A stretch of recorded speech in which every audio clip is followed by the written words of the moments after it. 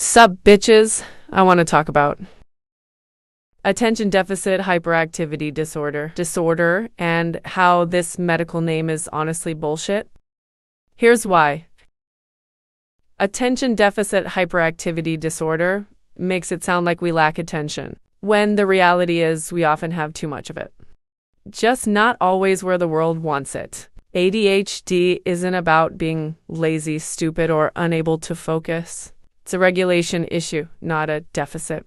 People with ADHD can hyperfocus for hours, be deeply creative, feel emotions intensely, think fast, abstract, and sideways.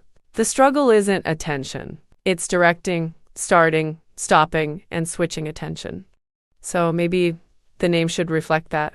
Calling it a deficit frames ADHD as a flaw. None of these are perfect, but they're more honest than You can't pay attention. instead of a different thinking system and learning style. ADHD is not a lack.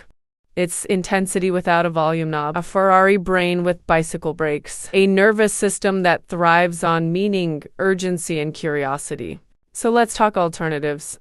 Here are some names that actually make sense. Attention regulation disorder, because that's what's really happening. Executive function disorder. This highlights struggles with planning, time, memory, and task initiation. Dopamine regulation disorder. Since ADHD brains process motivation and reward differently. Interest-based nervous system, not clinical but painfully accurate. Cognitive variability syndrome.